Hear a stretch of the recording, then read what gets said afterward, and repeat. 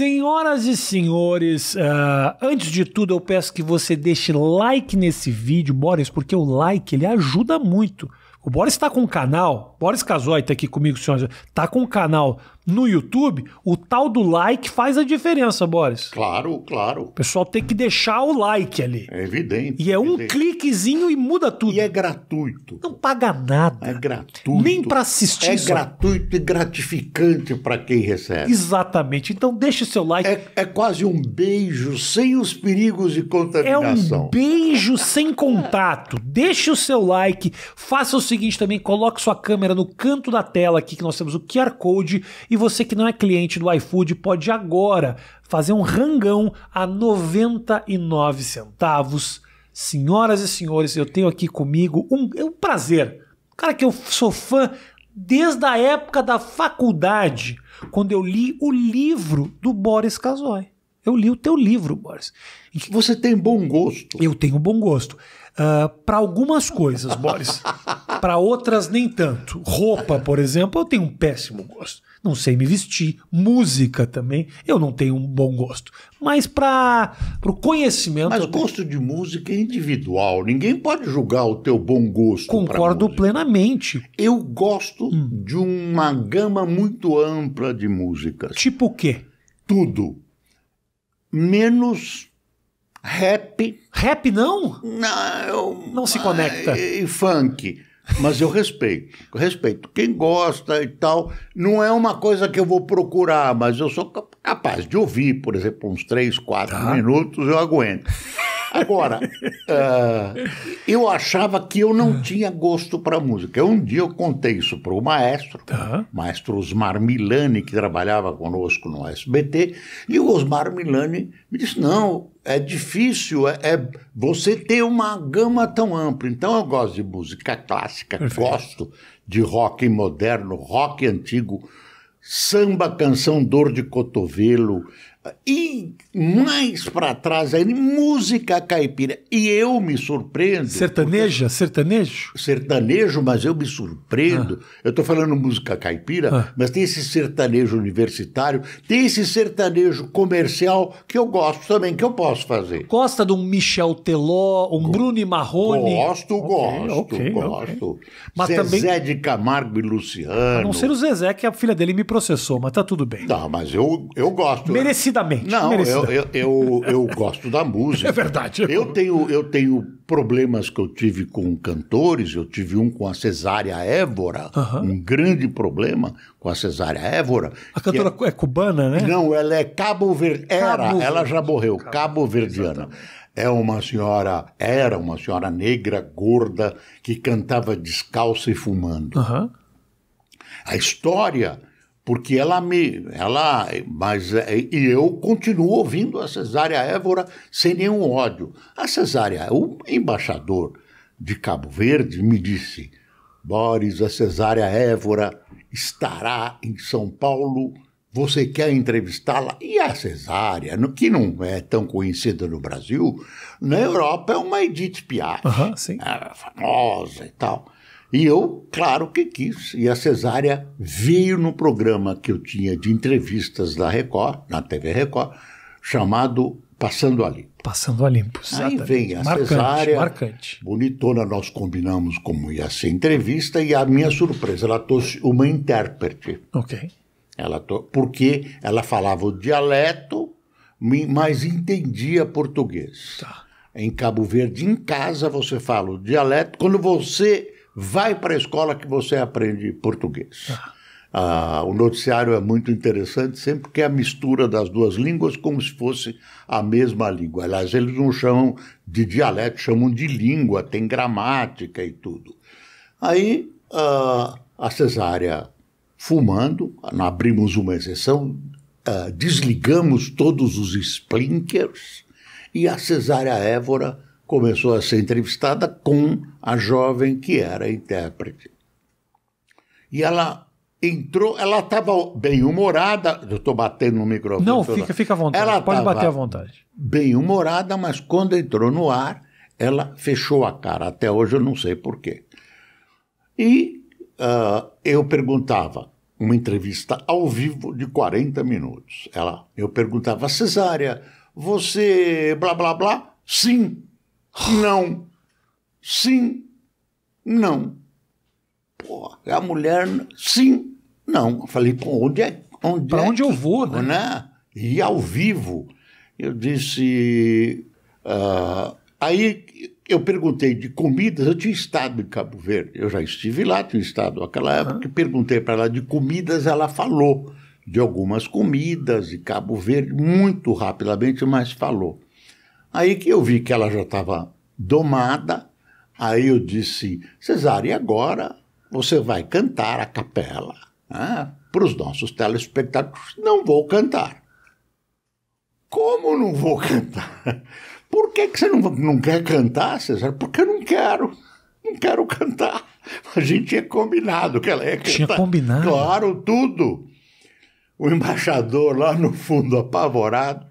E o Dácio Nitrini, que dirigia o programa, gritava, vira a mesa, essa mulher está te ridicularizando. Acaba a entrevista. Falei, eu não vou fazer isso. Eu tive um raro momento de lucidez, porque eu estou lidando com uma figura internacional, uma senhora, eu não vou fazer isso, uma grande cantora.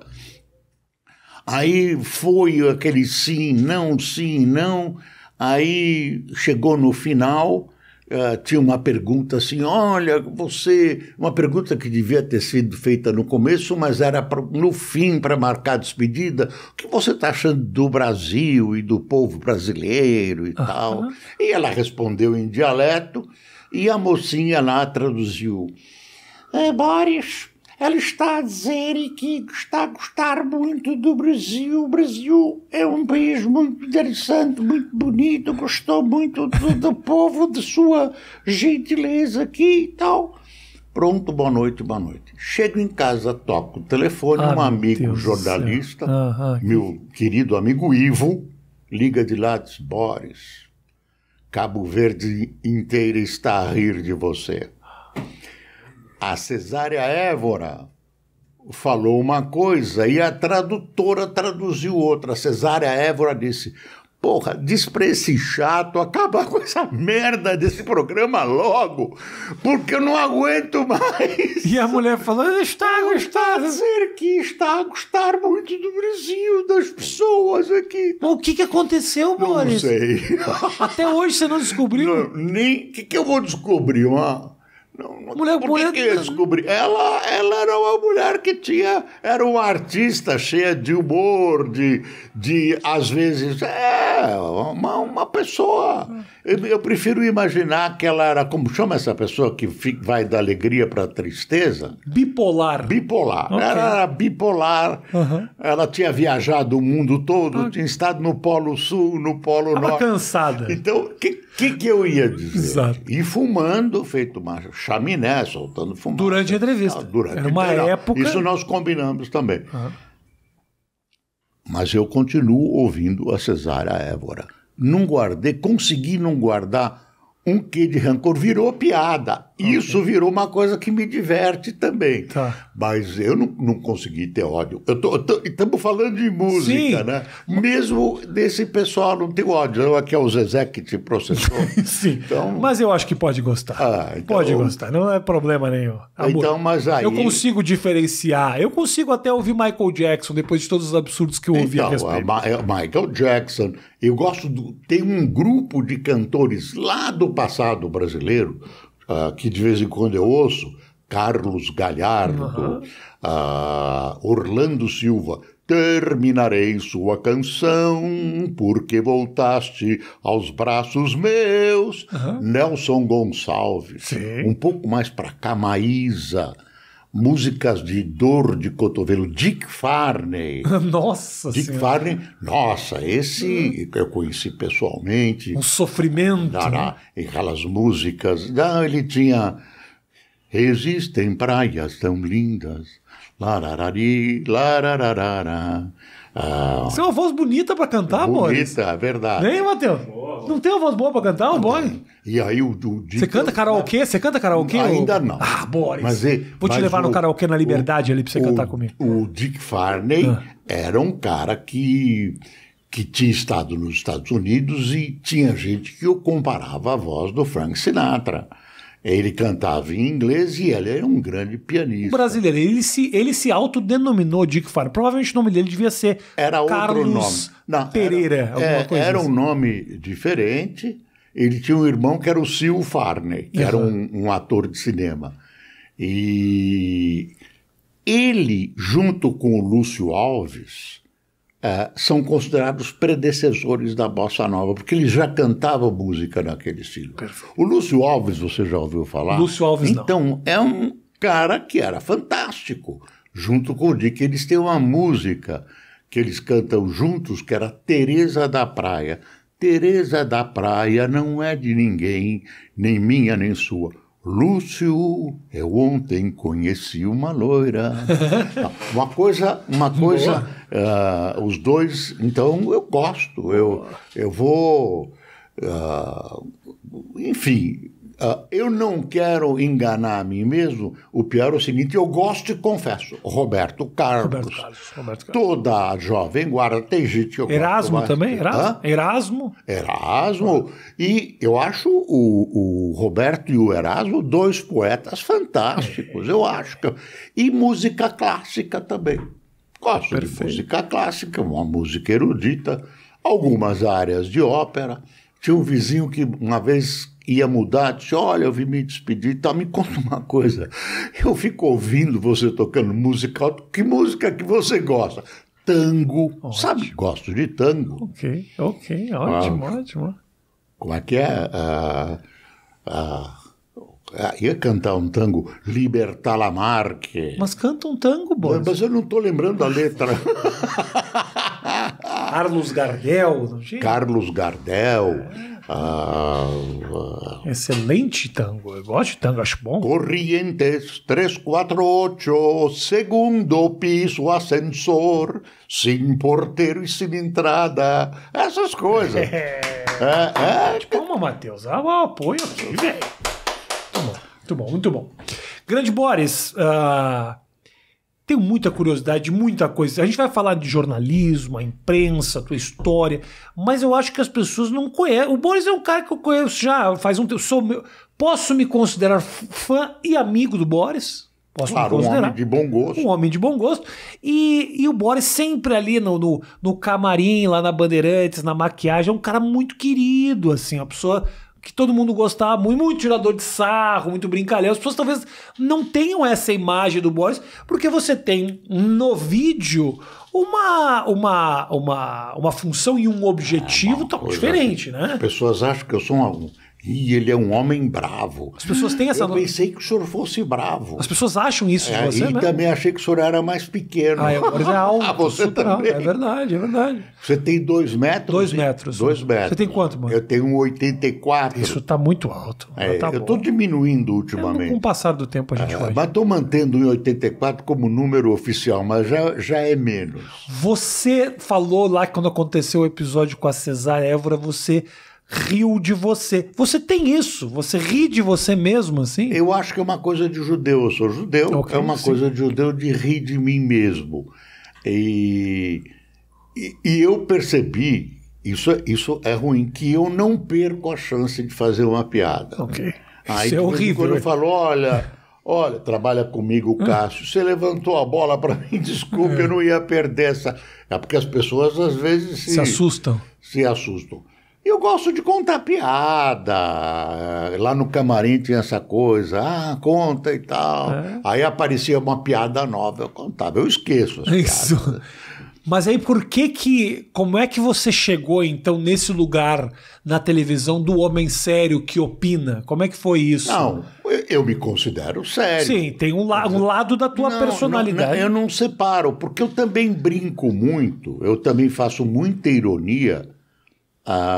Tem uma mensagem, uma submensagem, às vezes mas ela não é predominante na atenção das pessoas.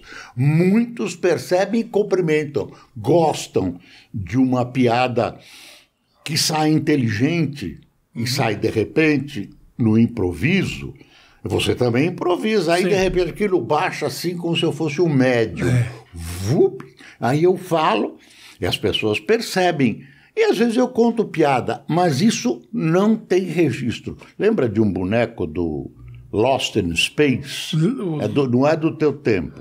Nossa, ele falava assim, era um boneco... Um pouco antes de mim, embora eu sou antigo, mas não tanto. Ele falava, não tem registro, não tem... Quando fazia uma pergunta Lost que ele não conseguia responder. Eu sei o que é, mas... Então não tinha registro, não tem... As pessoas não registram essa minha ironia e essa minha... Mas tem muita ironia. Por isso que eu acho que esses papos aqui são muito legais, Boris, de te ver cantando, de ver um outro lado.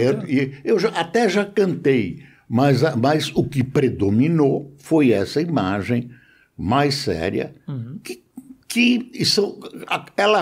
ela surge com os comentários. Quando eu fui convidado para fazer o telejornal, que era o Telejornal Brasil no SBT, que mordeu os calcanhares do Jornal Nacional, era uma novidade, o Jornal Nacional ainda estava preso às questões dos governos militares e tal, e aí seguia um caminho rígido, sem comentários e tal, e aparece um cara maluco comentando que ninguém conhecia, de óculos, que não era hábito na época, tinha que tirar o óculos.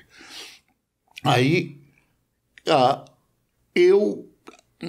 não havia o âncora americano que nós estávamos copiando. Naquela época você não tinha televisão internacional, então as pessoas não sabiam. A televisão brasileira continua imitando, mas nem tanto, porque agora dá bandeira, as pessoas sabem. Aí vamos copiar o âncora americano, recebeu uma fita, naquela época era fita cassete, e olha, você tem que fazer assim, é um âncora americano, vamos fazer o âncora americano. O âncora americano não comenta. Ou quando ele comenta, é uma vez por ano, ou quando ele comenta, ele derruba alguém. É raro. Então, o que aconteceu? Eu percebi que faltava um esclarecimento. A notícia vinha e eu queria dizer, olha, não é bem assim. Ou então, olha, eu quero te explicar.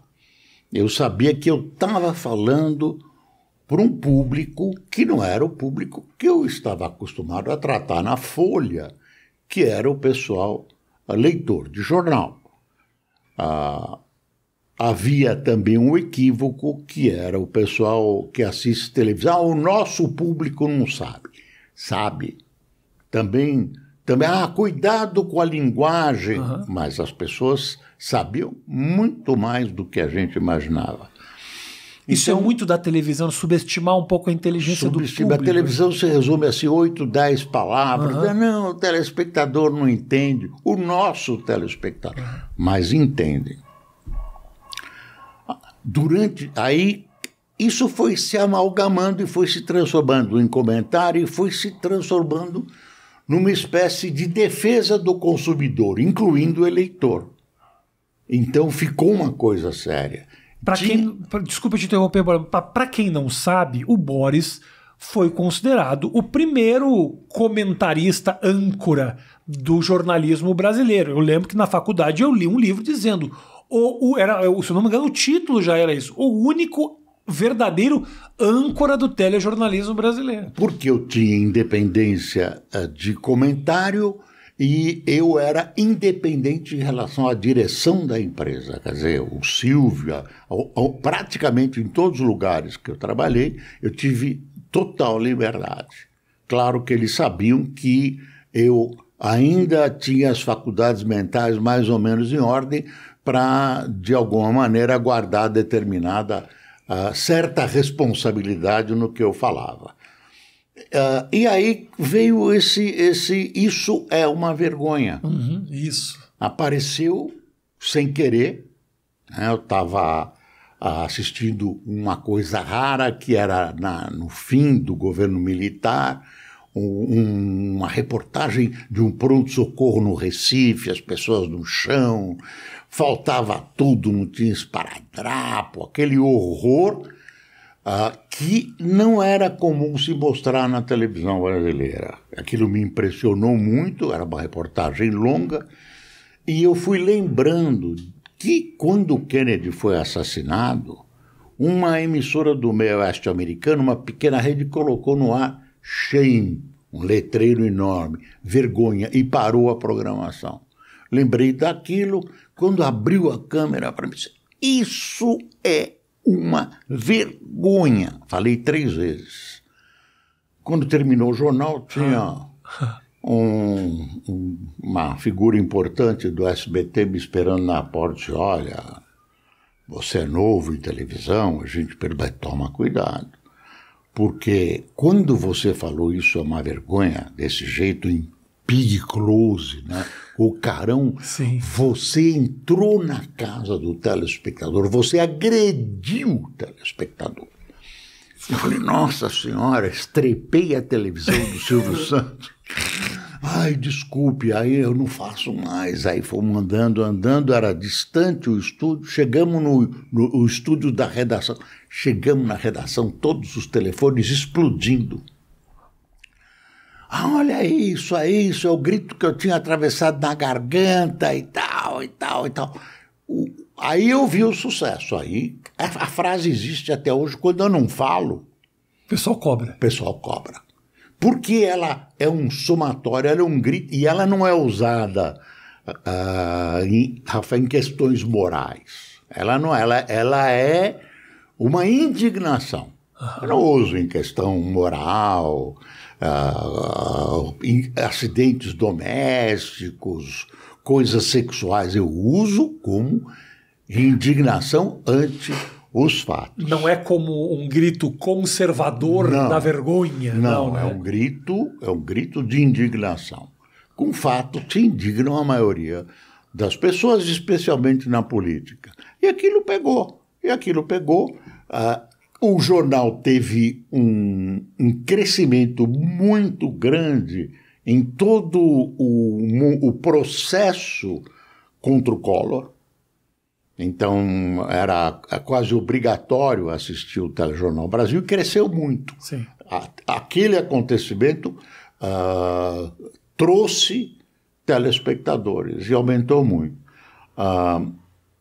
Dessa coisa das pessoas entenderem ou não, eu tenho 2 histórias que eu gosto, que eu vou contar, que eu tenho contado pouco, ou nada.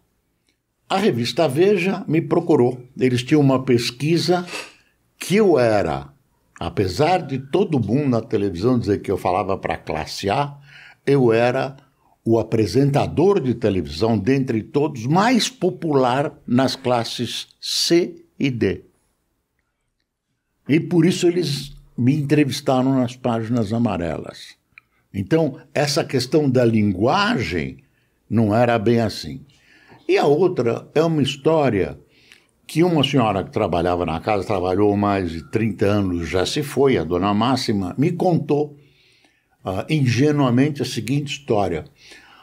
Seu Boris, acontece uma coisa tão gozada lá em casa. Ela morava num fundo de vale, então tinha um riacho passando e a casa dela ficava de um lado e do outro havia uma favela e mais para frente era favela dos 2 lados, na cidade de Ademar. Ela me disse, o senhor sabe o que os meus filhos fazem? Quando o senhor está apresentando o jornal, eles tiram o som e ficam ouvindo o eco da favela. A gente tira o som, o alto-falante, parece que a favela é um alto-falante, a sua voz com eco.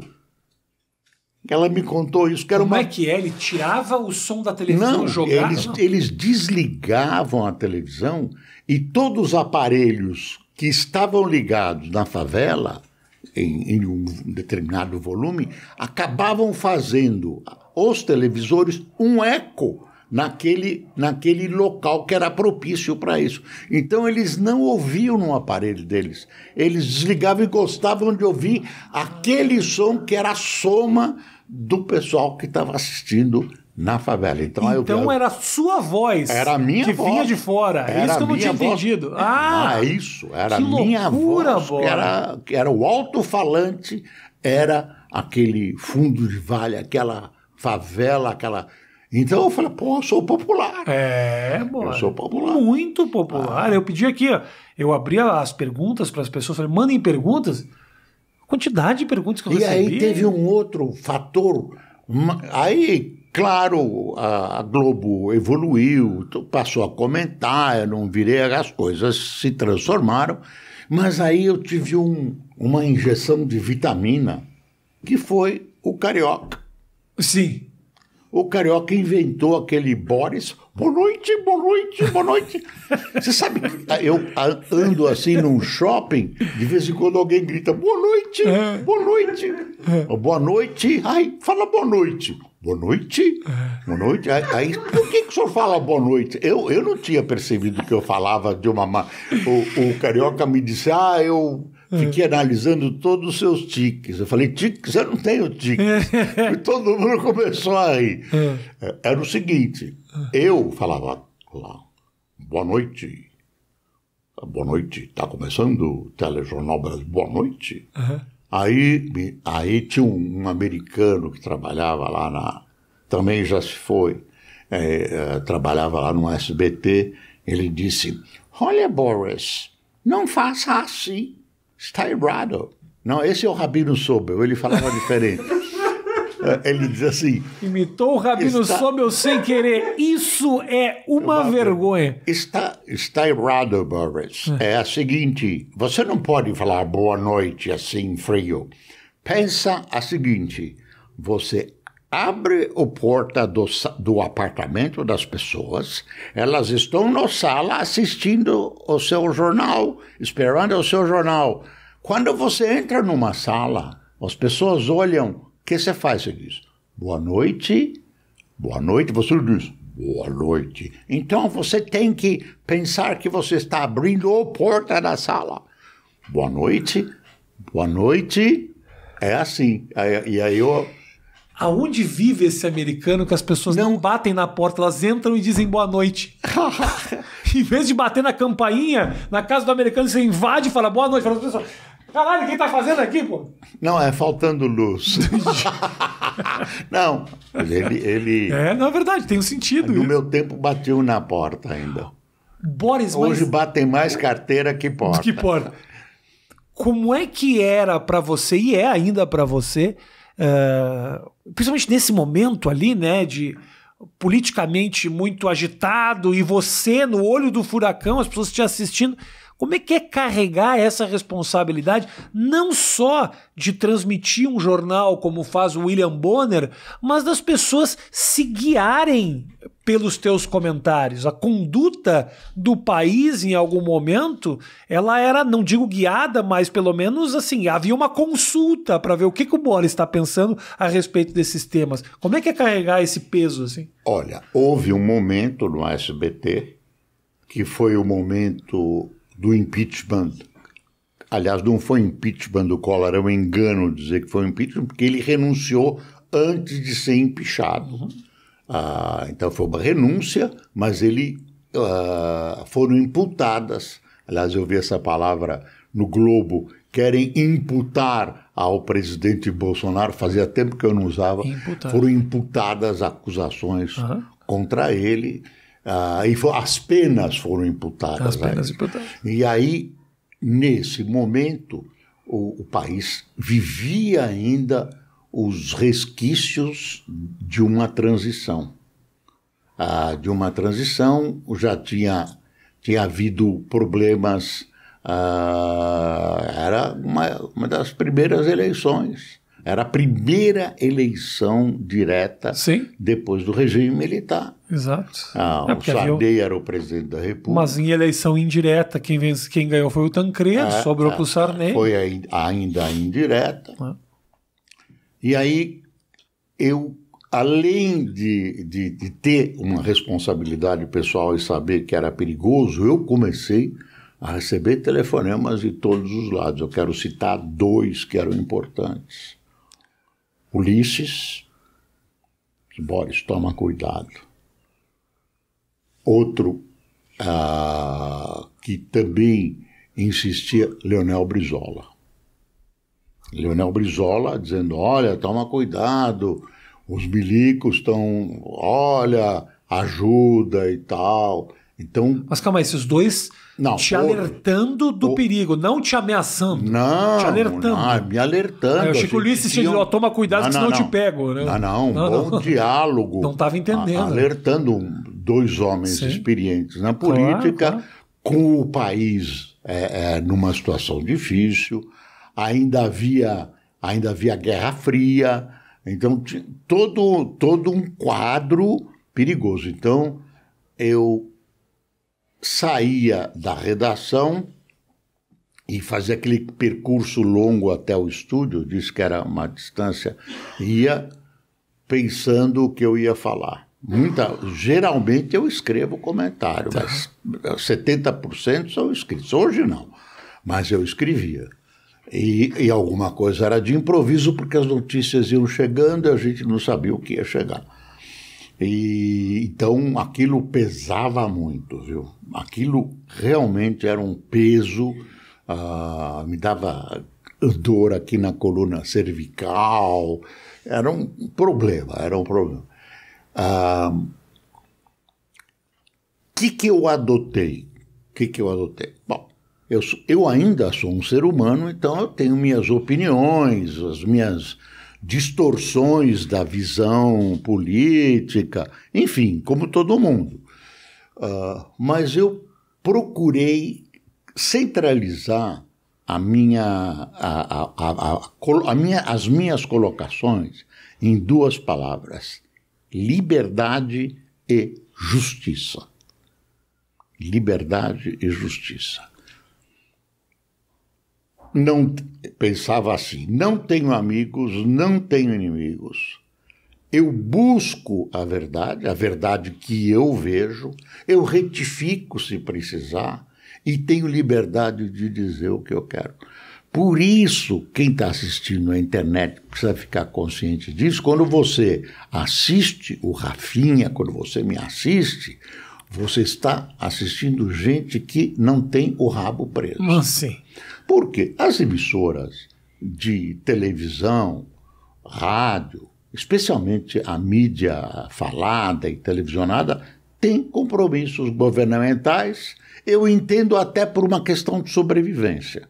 Porque se não tiver um aporte governamental lá, é problema. Sim. Os jornais brasileiros, menos não. Eu fui editor-chefe da Folha, eu nunca me lembro... Houve tentativas, o regime militar cortou a sua publicidade e não tinha importância. Nós vivíamos num momento econômico não parecido, nada parecido com o de agora, e a publicidade oficial representava pouquíssimo. Era uma perda, mas representava cerca de 5%. Agora não. Agora é uma emissora que tem um corte. Então, rádio e televisão tomam cuidado. Como? Os mais inteligentes, que estão na oposição ou apoiando, dão notícias maiores e melhores e com imagem melhores. Quem apoia, quem não apoia, aumenta o tamanho da crítica, aumenta a dimensão e fica martelando na cabeça do telespectador um material contra. Na internet, se existe, é com quem faz. Eu tomei uma decisão... não é uma pressão que vem de cima, uma pressão. Então, nesse caso da internet. Eu me libertei de toda essa... De vez em quando a gente se reunia, tinha uma situação difícil na Folha, a gente se reunia para decidir, olha, que caminho vamos tomar. Aqui, às vezes, a gente não estava tão bem informado como devia estar para tomar essa ou aquela decisão. Então, Na internet é uma decisão pessoal. Eu tenho uma decisão no meu jornal, eu não vou aceitar publicidade oficial. Não vou aceitar publicidade oficial. A publicidade oficial, ela é uma maneira de controle, não é uma forma de controle. É uma forma de controle e, às vezes, não dizem, olha, eu quero que você dê noticiário favorável. Não precisa dizer está subentendido. Claro. Ou então é uma forma de constrangimento. Como é que você vai atacar o prato em que você come? Também tem isso. Boris, tem um episódio... isso acontece muito, assim, não é aos olhos do público, né? O público acaba... E é importantíssimo você estar dizendo isso e revelando, tirando esse lençol dessa hipocrisia. E realmente, assim, as pessoas seguiam muito por esses veículos e não só, até mesmo os influenciadores digitais, muitos deles... Alguns deles recebem também ali os seus patrocínios, fazem parte de ações que são bancadas pelo governo federal. Esse dinheiro, ele está em muitos lugares, né? Mas assim, teve um episódio que eu me lembro, eu quero até saber se você já passou por esse tipo de episódio. Um episódio recente, no SBT, em que o Silvio Santos, na entrega de um prêmio imprensa, vai entregar o prêmio para Raquel Sherazade, né? Que foi contratada para ser uma mulher de opinião. Eu discordo de muitas das suas opiniões, mas isso não importa, ela foi contratada para isso. Um certo momento, há uma pressão, provavelmente governamental, e o Silvio Santos chama ela ao vivo, no troféu imprensa, e fala: você não foi contratada para dar opinião nenhuma. Se você quer dar suas opiniões, você compra a sua rádio ou sua emissora de televisão. Aqui você foi contratada. Assim, claramente ele fala isso como um sinal para esses patrocinadores ou para o governo federal de que, olha, estou segurando, estou fazendo um damage control aqui, com a mulher falando para ela, olha, você aqui você foi contratada para desfilar a sua beleza lendo as notícias no teleprompter. E as pessoas aplaudem isso, assim, eu fiquei muito impressionado. Ela travou. Ela quis falar alguma coisa. Travou. Ela acabou saindo do SBT. O que... Eu trabalhei com o Silvio é uma pessoa singular. O julgamento que eu faço é o seguinte: o Silvio certamente não é uma figura diabólica. Certamente ele fez isso por ter uma dependência do governo federal.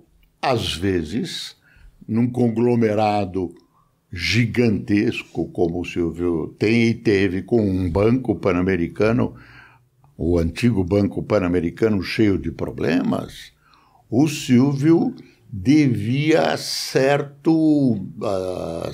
devoção ao poder. Uhum. Então, temos a Hora do Presidente há quantos anos, onde ele faz um resumo da semana do presidente. A semana do presidente. Quando entra a questão da sobrevivência, eu não concordo com o que aconteceu nem nada, mas eu sou capaz de entender o móvel. Por que ele fez isso? E por que ele apoia ou deixa de apoiar? Uhum. Evidentemente por interesse pecuniário. E eu tenho certeza, aí porque eu trabalhei lá e conheço, se ele pudesse, ele se livraria de tudo isso. Mas, Boris, vamos assim... Ele livraria de tudo isso. Então, ele se vê na iminência de perder tudo que ele construiu. Mas, Boris, assim... Eu não estou justificando, eu estou contando o que está por trás dessa história. Você me explica o porquê. Eu entendo. Não é que eu sou de direita, eu sou de esquerda. Entendo. O que eu acho, com opinião minha, né? Eu sinto que é um movimento levemente diabólico quando você utiliza desse veículo de comunicação, né, para favorecer os seus próprios interesses. guiando a opinião de um público que está ali acreditando que você está falando a verdade. Eu sei, mas não é só isso. Quer dizer, é uma coisa da sobrevivência. Entendo, é uma mas coisa da sobrevivência. Eu vou fazer uma comparação estúpida. Manda. É a mentira piedosa. Você está lá com um amigo que está na cama do hospital e diz assim, Rafa, por acaso, Rafinha, eu tô desconfiado que eu tô com câncer e vou morrer. Você diz, absolutamente. Entendo. Você está prenhe de saúde. Estou usando o teu vocabulário. Sim. Prenhe. E não é verdade. Mas não é mentira piedosa. Aí a comparação está errada. É mentira necessária para a sobrevivência. É duro. Eu só acho muito... É difícil aceitar, mas eu entendo. Eu vi coisas, né? Eu vi coisas. E vi também, especialmente na Folha de São Paulo, em momentos difíceis, uma resistência muito grande. Eu acho que é um pouco o objetivo da imprensa resistir. Mas, por exemplo, é duro quando a imprensa se rende aos interesses. Censura, e o falecido senhor Otávio Frias de Oliveira, o Otavinho também foi... eu era o editor-chefe do jornal, já havia isso, era o seguinte, ele disse, nós não temos armas, nos exigem quem tem armas e censura. Você não vai fazer nenhum ato heróico de enfrentar os militares que têm armas, que podem fechar o teu jornal, você aceita o jogo, ou então você fecha o jornal, é uma questão de sobrevivência. Entendo. E eu me lembro que na Folha nós tivemos um caso gravíssimo de sobrevivência. O jornal foi obrigado a recuar na Semana da Pátria. O regime a ditadura estava fendida, tinha um problema lá entre o ministro do Exército e o presidente Geisel. Estavam lá, e aí que estavam lá se estranhando. E aí um cronista que era um ser humano, inteligente, não tinha nenhuma participação política, Lourenço de Aféria, fez uma crônica na Semana da Pátria, chamava Herói Morto, Herói Posto. Era comentando a história de um sargento que, no zoológico de Brasília, tinha saltado num posto de ariranhas, que é um bicho muito bravo, parece uma foca, é muito bravo e tal, cheio de dente e tal. Tinha caído uma criança, um menino, acho que de 5, 6 anos, e o sargento saltou naquele poço das ariranhas, salvou o menino, mas foi muito atacado. Teve uma infecção generalizada e alguns dias depois ele morreu no hospital. O ato dele foi considerado heróico. E aí o Lourenço de Aféria fez uma crônica que ele fazia na última página da Folha, era diária, dizendo que aquele era o herói, e até dizia, num determinado trecho, de uma estátua que tinha perto da Folha, uma escultura, está lá, gigantesca, do Duque de Caxias, montado num cavalo lindíssimo, dizia, olha, o povo não respeita.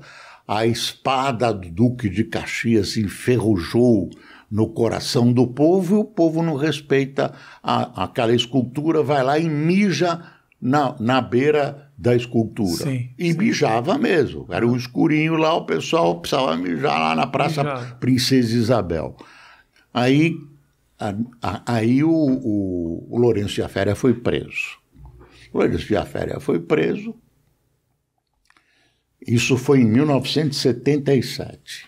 O de Aféria foi preso e aí alguém propôs lá, eu não estava, eu estava de férias, propôs uma solução heróica. Vamos publicar a página dele, a coluna dele em branco, até ele ser solto. E aí, nervos à flor da pele, a Folha publica. Enquanto o nosso companheiro Lourenço de Aféria estiver preso, nós vamos publicar essa coluna em branco. Durou um dia.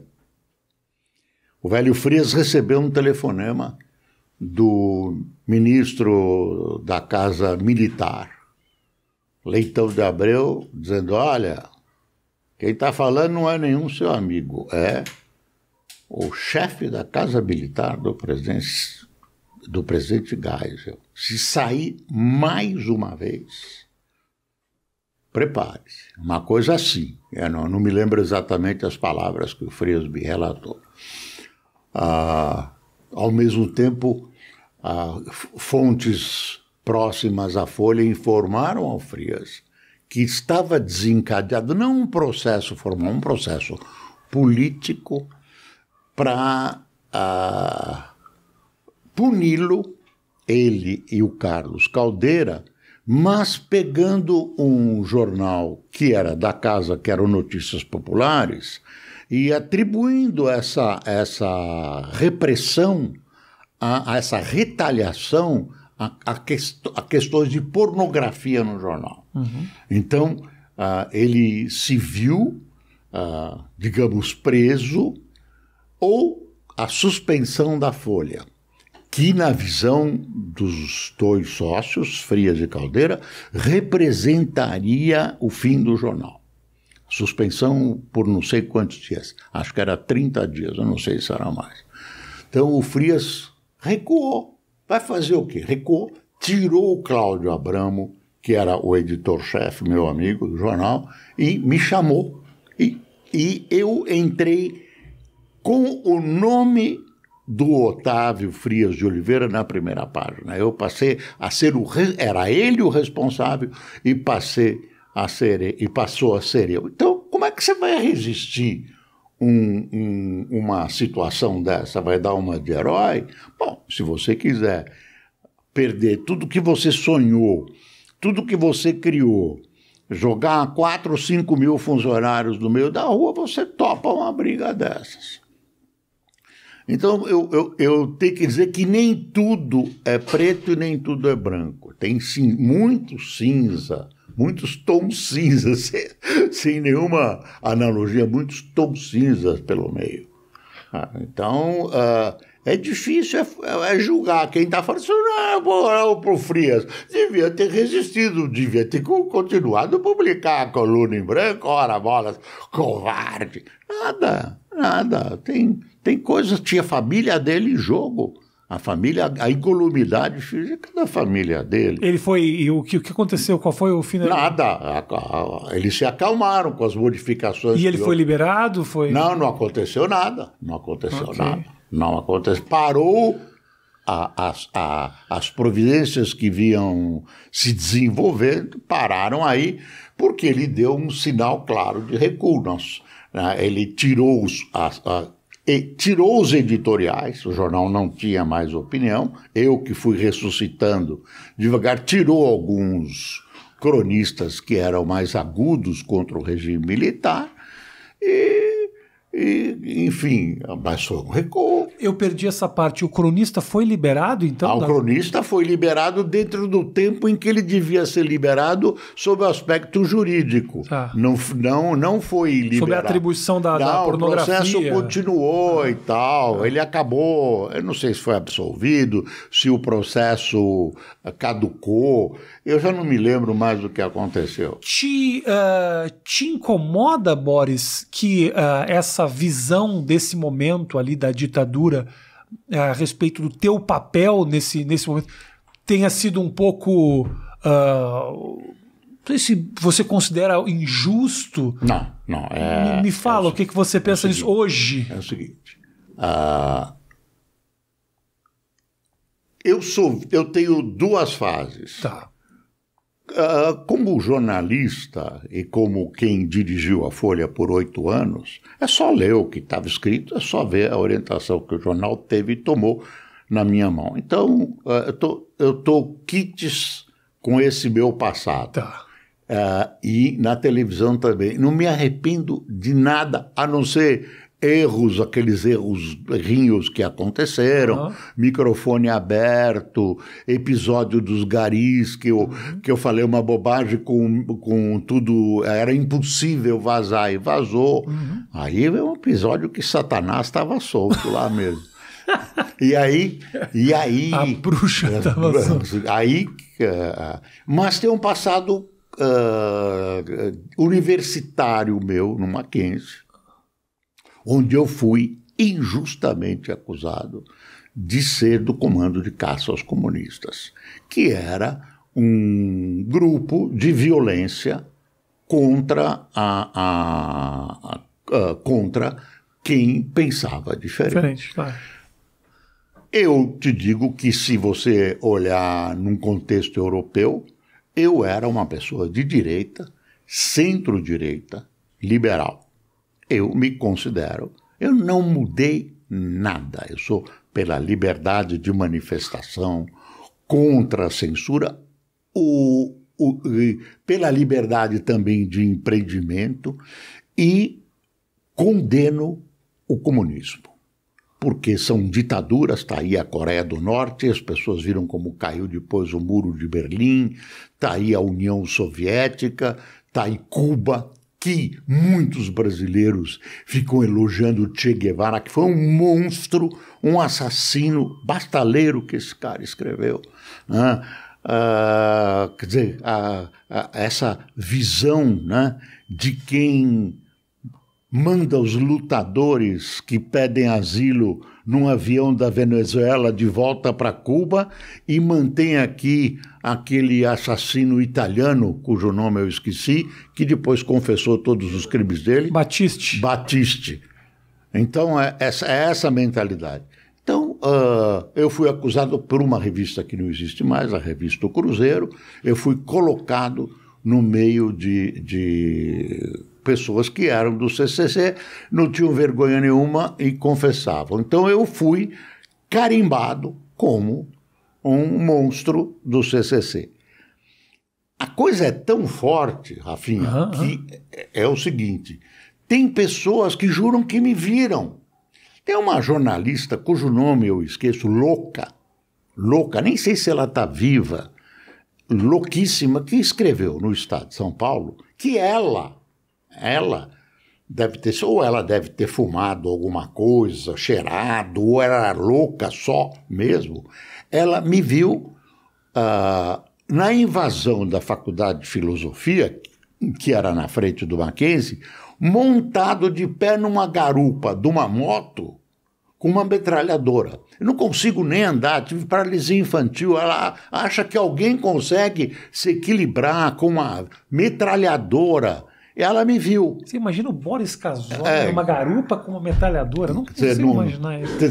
Então essa imagem as pessoas começaram a me ver nos locais, a garantir. Isso naquele momento te fez muito mal, Boris? Me fez, naquele momento. Me fez mal sempre, porque não adianta eu dizer que não adianta pessoas de esquerda que trabalharam, que viveram, que conviveram comigo na faculdade, dizerem que eu era contra aquele movimento. Eu era contra.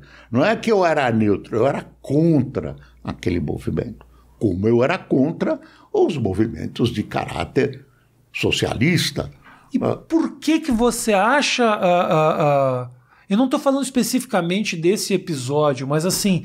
Nós temos esse costume, né, de que os episódios negativos, ou os episódios que a princípio, ou equivocados, eles marcam muito a nossa história nesse país, por mais que você tenha feito... Eu acho que não é só nesse país. Não é só. Eu acho que é uma questão do ser humano. É uma questão do ser humano. E sempre quando alguém me pergunta sobre isso, especialmente alguém de esquerda, e eu conto, a pessoa dá um sorrisinho de Mona Lisa, porque esse cara está se desculpando, está mentindo. Não é o meu caso aqui, viu? Agora, fica meio difícil, porque era um movimento fascista, nazistóide, que eu, judeu, tenha... Claro, com a história, Eu tive que processar um rapaz, que foi um rapaz que foi torturado, ele pertencia à guerrilha da Dilma. Aliás, a guerrilha tem uma vitória na comunicação, porque as pessoas acham, a guerrilha se autoproclama defensora da democracia, e na verdade a guerrilha não foi. Ela lutou contra a ditadura, é verdade, mas tem outra verdade, ela lutou para instituir a sua própria ditadura. E se apoiou em países estrangeiros. Cuba, União Soviética, China, Albânia, obedeciam ordens desse pessoal, países estrangeiros. Ah, não, é a unidade socialista. Estrepe-se, era um país estrangeiro. Recebiam orientação desses países e fizeram uma guerrilha que começou antes da ditadura, começou a prova sobre isso, para tomar o poder e transformar o país numa Cuba gigante, ou numa Albânia gigante. Eu me perdi. Não tem problema. Então, não, mas aí então as pessoas... Estão falando do processo. Então, isso. Então, eu processei estava prestando o atenção só um pouquinho, que eu preciso marcar esse momento que o Matheus estava prestando atenção na conversa. Não, claro, parabéns. Eu fico muito feliz. Tem bom gosto. Porque eu mesmo tinha me perdido, Matheus. Toca. Mas eu Você é o Matheus. Divaguei e me perdi. Divaguei e me todo perdi. Crédito, eu processei esse jovem que foi torturado e pelo seguinte, ele escreveu que num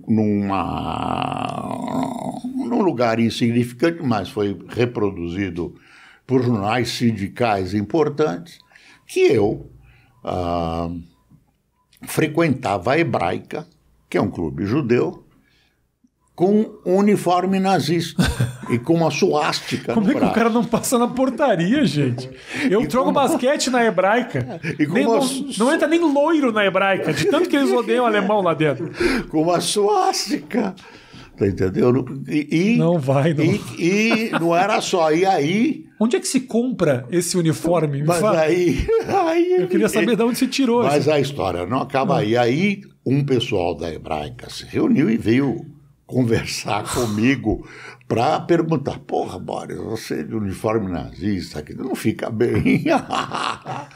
E aí eu respondi de maneira mal educada, e depois todos esses membros dessa comissão não sabem de onde partiu, foram agredidos na calada da noite em algum lugar que eles frequentavam. Então se suspeitava que era uma história doentia, louca e tal, e aparecia, e tinha testemunhas, ele dizia que tinha, porque na hora que... E é duro também ter que vir a público se defender dessas acusações, porra, né? como? É.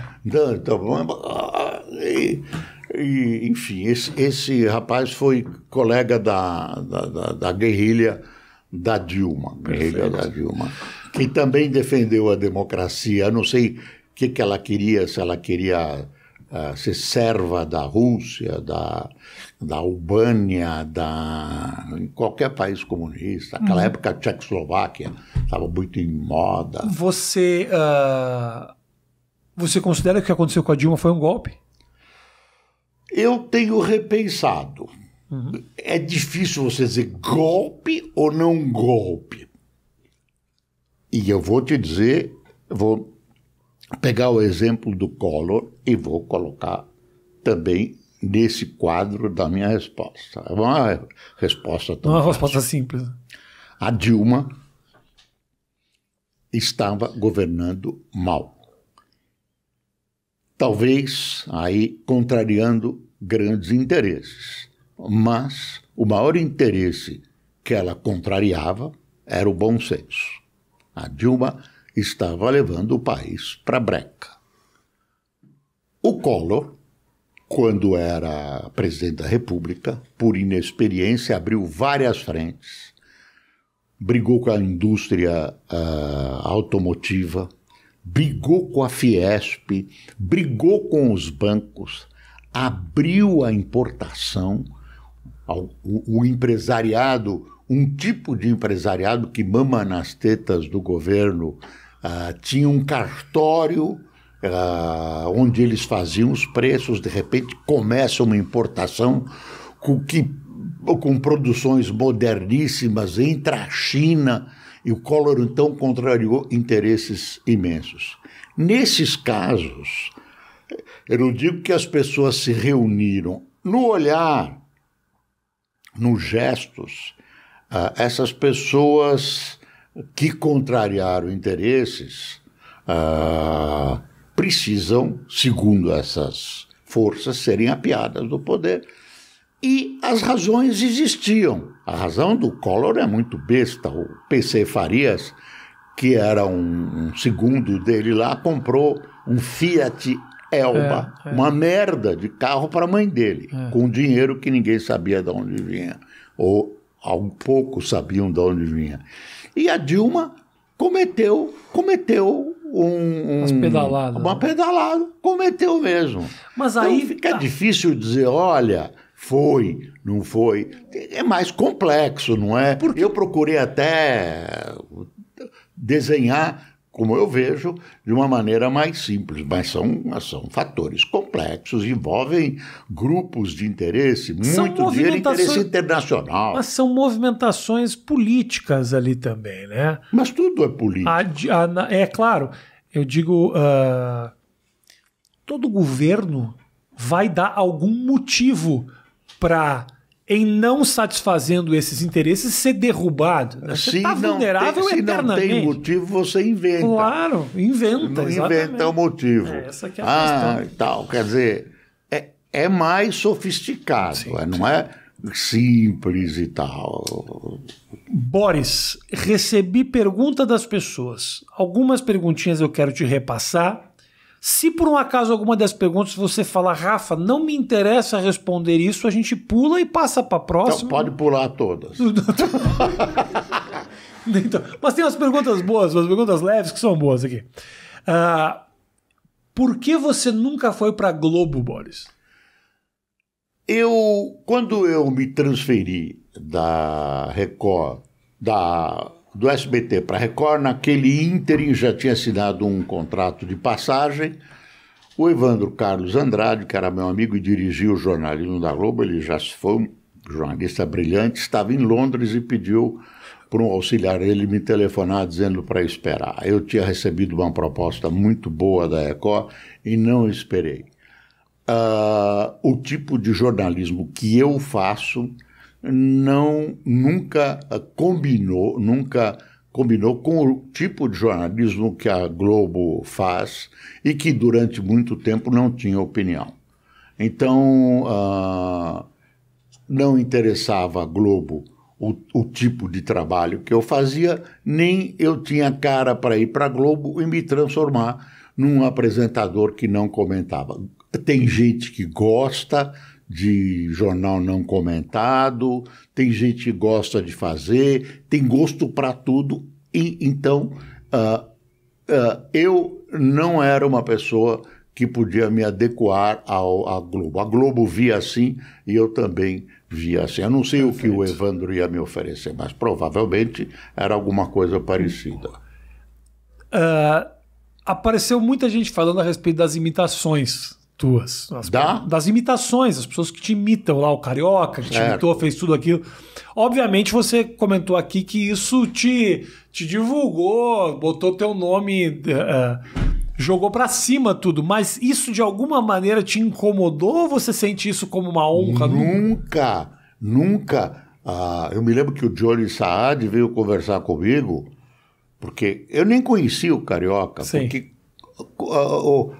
disseram para ele que tinha me incomodado. Não, imagine. Não incomodou. Eu acho que o fato de você... não é uma imitação, é uma caricatura.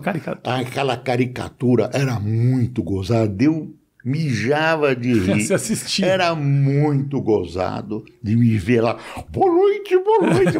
O Carioca, aquela cara... E fez meu marketing, me promoveu.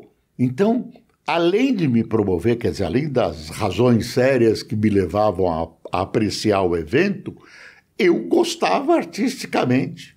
E eu acabei... A maior demonstração é que no último capítulo eu acabei apresentando o Jornal do Boris com ele.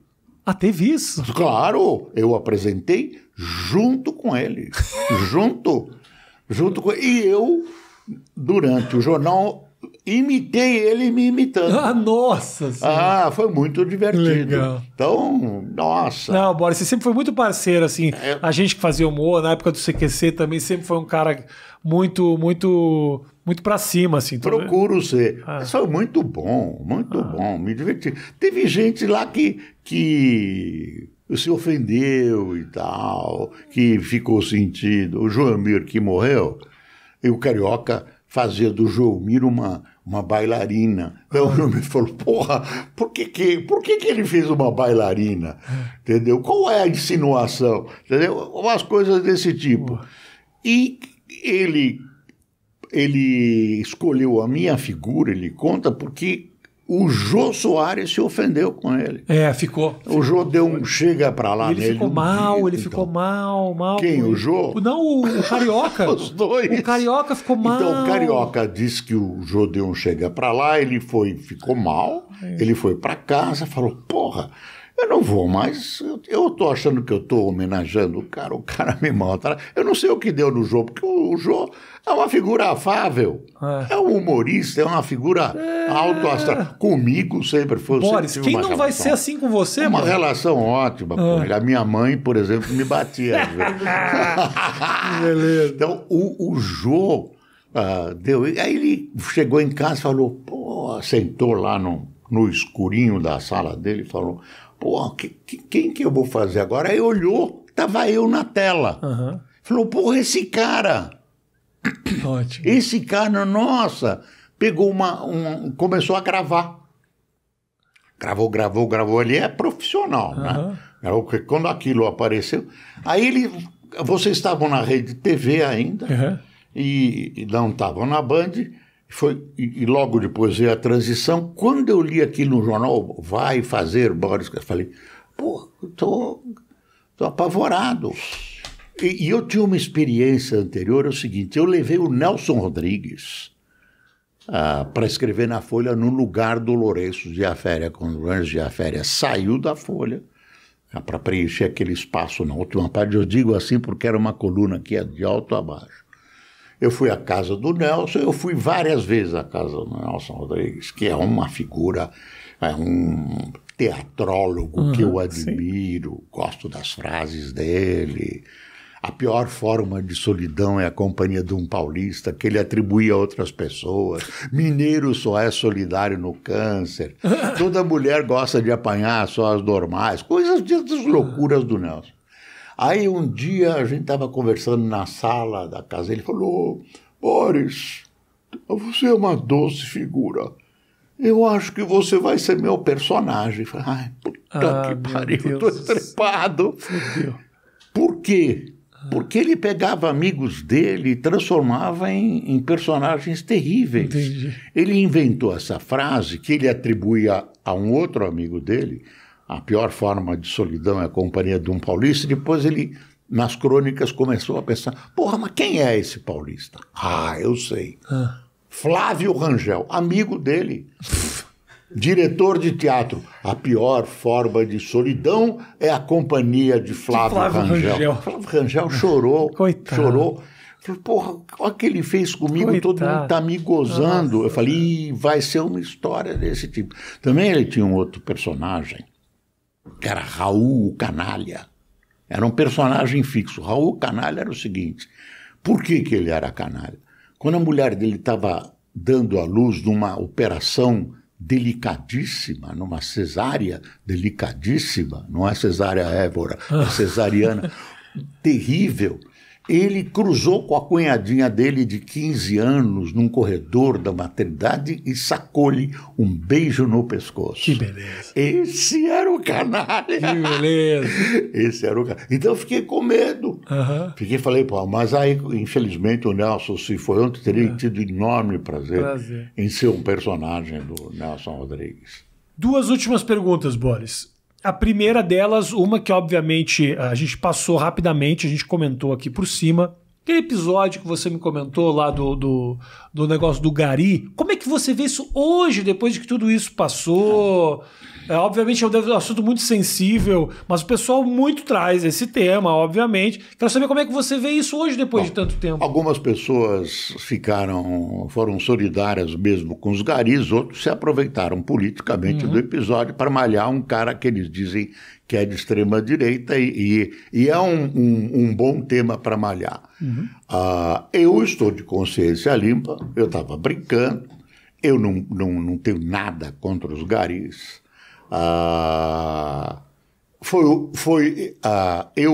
O pessoal do estúdio deu risada, aí tem uma história, era um intervalo comercial, no intervalo é impossível, entre aspas, funcionar alguma coisa no estúdio, porque fica ligado um outro, digamos, estúdio, fica ligado à parte comercial e tal, mas houve um defeito, tem 1000 versões para esse defeito, e um dos microfones abriu exatamente quando eu estava brincando, eu vou dizer por quê, dizendo bobagem, gari. E era o seguinte, por coincidência, 2 comerciais que estavam passando, um era os garis dizendo Feliz Ano Novo e tal, os 2 garis. E o outro era o sorteio da Loteria Federal de não sei quantos milhões. Eu achei que o contraste era muito louco e estava gozando isso. Os garis lá embaixo e os... Era essa a intenção. Eu não tenho nenhum preconceito, graças a isso vem dos meus pais. Eu não tenho nenhum preconceito de raça, de sexo, de cor, de nada. Preconceito não tenho. Sou capaz até de perdoar os comunistas porque eles não sabem o que fazem. Não, mas aí não, tô brincando. Aí não. Não, eu não tenho preconceito nenhum. Eu acho que cada um deve ter a sua expressão, sou contra a censura. Continue, e aí eu acho que um episódio que acontecer, o que eu posso fazer? Eu não posso fazer mais nada além de dizer o que eu estou dizendo. Acredite quem quiser. Agora, já faz muito tempo, e esse episódio, somado com o episódio que me acusou de ser do CCC, me deram uma lição.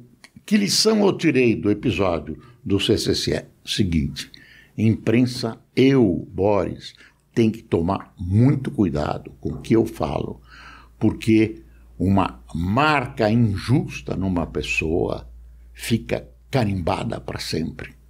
Então, isso foi a lição que eu extraí. Eu tomo mais cuidado do que eu deveria tomar. Com a precisão e com a honra das pessoas. Eu tomo esse cuidado. E a questão dos garis me deu uma lição, que nem sempre eu sigo, de não falar besteira em intervalo de jornal, que já prejudicou muita gente, inclusive eu. Faculdade de veterinária. Eu fiquei impressionado que as pessoas sabem que você está cursando faculdade de veterinária. Não, teve uma... A turma toda falando, e aí, da onde que saiu isso? Eu sempre quis, eu gosto de animais, eu sempre quis... Você está fazendo faculdade agora? Estou fazendo, eu fiz vestibular e entrei esse ano na Universidade Cruzeiro do Sul. Estou fazendo curso presencial, ele não está sendo presencial por causa da pandemia. Está difícil, mais difícil do que eu imaginava, eu estou gostando, mas é difícil, é um desafio. É o seguinte, eu trabalho de manhã, faço as minhas coisas de manhã e fiquei com a tarde e a noite livres. O que eu vou fazer? Eu não ia ficar tomando sol, de chinelo, lendo, ouvindo música, isso enjoa, viajando. Aí eu resolvi o seguinte, vou realizar um sonho e estudar veterinária. Boa. Estudar veterinária me ajuda muito na questão da análise política, porque você compreende melhor os homens. Através do estudo dos animais. Da veterinária. Que ótimo. Da medicina veterinária. O pessoal não gosta que fale só veterinária, porque é uma forma de medicina. Okay. E ainda diz o seguinte, medicina, Humana é mais fácil porque você Só estuda uma um espécie. bicho só e nós estudamos vários bichos. Eu olho para os meus cachorros e digo, pô, qual é o risco que você está correndo de eu querer te ver por dentro? Os próprios cachorros, todos eles são diferentes um do outro. Claro, é muita coisa para cobrir. Então, é essa a razão. Boa. Eu vou terminar com 85 anos a veterinária, se der. Eu gostaria de trabalhar com animais selvagens. Vai trabalhar cavalo durante uns 20 anos aí. Antes eu dizia assim, o meu sonho é morrer diante de uma câmera de TV, tá apresentando, e pum, cara. Agora o meu sonho é morrer devorado por um animal selvagem. Que beleza. Cuidando, obturando o dente de um elefante. Tigre. De um elefante. Tigre é pouco, né? Tigre eu ainda enfrento. Boa. Acho que você já enfrentou muitos tigres nessa vida, Boris. Muito. Querido, muito obrigado pela tua visita aqui. Eu fiquei muito feliz. Obrigado por sempre topar aí os convites. E obrigado por tudo, cara. Obrigado por tudo. Eu que agradeço. Por tudo, de coração. Eu que agradeço você. Eu te admiro. Obrigado, meu como artista. Você é mais que artista. Sou mesmo, Boris. Fala isso, as pessoas precisam saber disso. Você não é um artista que meramente interpreta. Você tem reconhecidas qualidades intelectuais e como ser humano que você é. Eu quero agradecer de coração essa presença e de grande satisfação de estar aqui querido. Na sua casa. Você faz... Na minha casa. Aqui é casa. Você faz um jornal como eu faço. Um jornal caseiro. Muito obrigado, meu irmão. Muito obrigado. Um jornal caseiro no grande bom sentido. Um jornal para a família. Obrigado, querido. Muito obrigado. Muito fã seu. E obrigado por tudo que você faz. Para o Matheus também, que soprou algumas questões para mim. Quando tiver prova na faculdade, vou te chamar. Salário de R$35 mil. Aí é fácil, hein, Matheus? Parabéns, Matheus. Ainda ele vai te aumentar. Obrigado. Tá bom. Obrigado pelo carinho de todos vocês. Obrigado, iFood. Se você ainda não pediu, o QR Code no canto da tela. O meu rango, o Matheus vai me dar aqui, porque ele já chegou. Obrigado pela parceria do iFood. Se você não... Aqui, ó. Chegou aqui, ó. Se você não deu like aqui no vídeo, dá. E faz o seguinte... o link do canal do Boris na descrição aqui. Se inscreve no canal que o Boris está focado agora no YouTube, né, Boris? No YouTube. Isso. E também no... Qual é o outro? Facebook e YouTube. E na TV Gazeta TV Gazeta. São Paulo. Mas é o conteúdo que você produz lá. Igual. Então isso aí, é o Jornal do Boris agora na internet. Isso aí você não pode perder. Jornal do Boris, sobrevoo pelos principais acontecimentos do Brasil e do mundo, baseado nas manchetes dos principais jornais. É assim. E o Boris lê jornal no papel. É a última pessoa no Brasil que pega o jornal no papel. Também. O último. Também o último. Beijo grande, gente. Valeu. Tchau, tchau.